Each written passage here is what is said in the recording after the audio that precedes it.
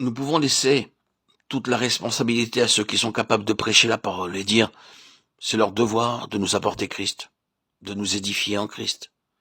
Ils nous montreront le chemin, ils nous apporteront la parole de Dieu en vie. Mais ensuite, le fait même que nous sommes membres du corps de Christ nous place sous cette même loi. Et nous sommes tous appelés personnellement à être dans le corps des jointures et des articulations qui fonctionnent pour l'unir.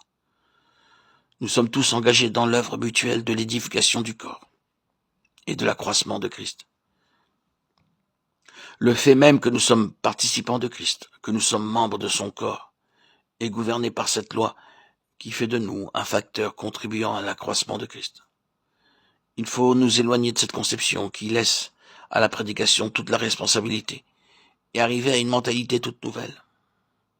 L'Église s'édifie par le service mutuel de ses membres, et cette édification se fait par un accroissement de Christ.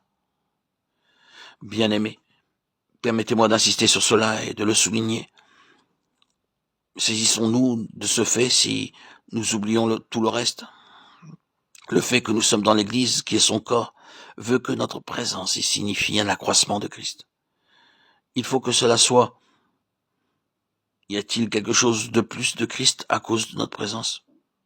C'est la loi qui gouverne. Prenons conscience de cela. Reconnaissons notre responsabilité individuelle et personnelle.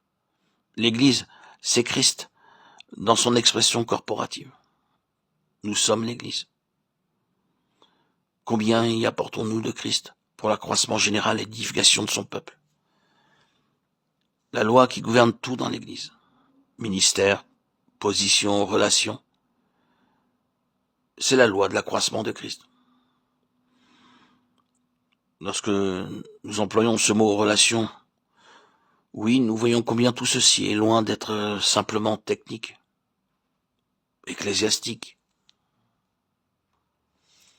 officiel ou légal, et combien tout se résout en une seule chose, c'est-à-dire la vie.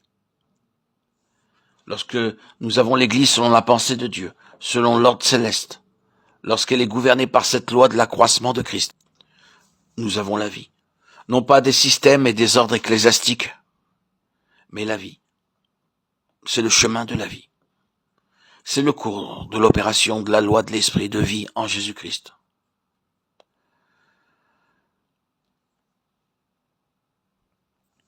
Nous arriverons à cette question des relations par une nouvelle position ou par une proposition nouvelle. Il y a donc deux aspects essentiels dans l'Église, le corps du Christ. Le premier de ces aspects est l'autorité, et le second est la soumission. Ce sont les deux choses qui, en tant que principe, gouvernent spécialement l'Église. Ainsi, cela nous donne cette loi de l'accroissement de Christ, qui nous offre la vie véritable, le dialogue, le contact, la communion en Christ.